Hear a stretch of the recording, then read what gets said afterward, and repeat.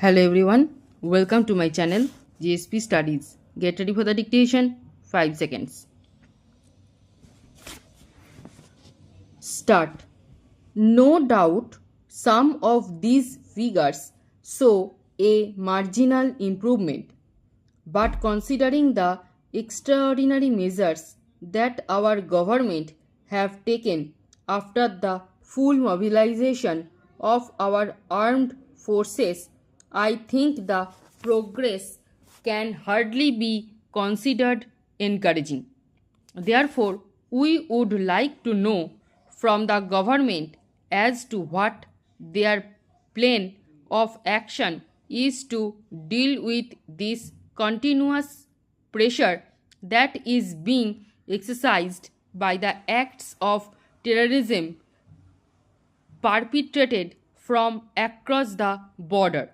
After the ghastly attack on our parliament in December 2001, the government mobilized our armed forces on an unprecedented scale at our borders. We supported the government in its resolve to counter cross-border terrorism.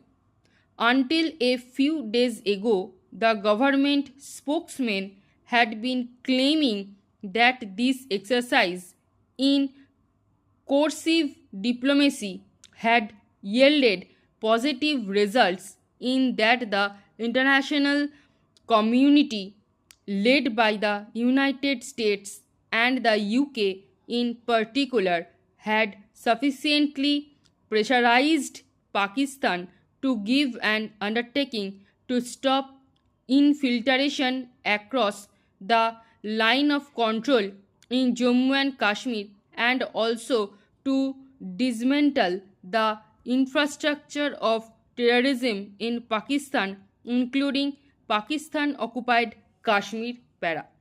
As I mentioned, responsible members of this government asserted that cross-border infiltration in Jammu and Kashmir had virtually come to an end.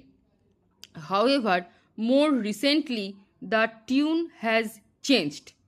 If this is the ground situation, what then are the gains of the so-called coercive diplomacy?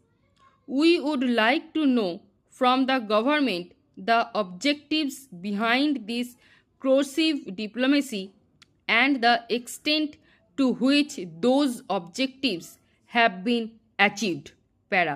General Musharraf has been making many statements, and I have seen one public statement by him which says that though infiltration is not taking place, he can give no assurance that nothing will ever happen again at the borders in the years to come.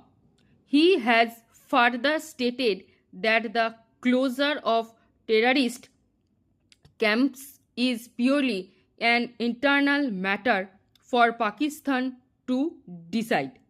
We would therefore like to know the nature and value of assurances supposedly given by General Musharraf to the United States and the UK, on the basis of which we undertook the first initial steps towards de-escalation of tensions on our borders.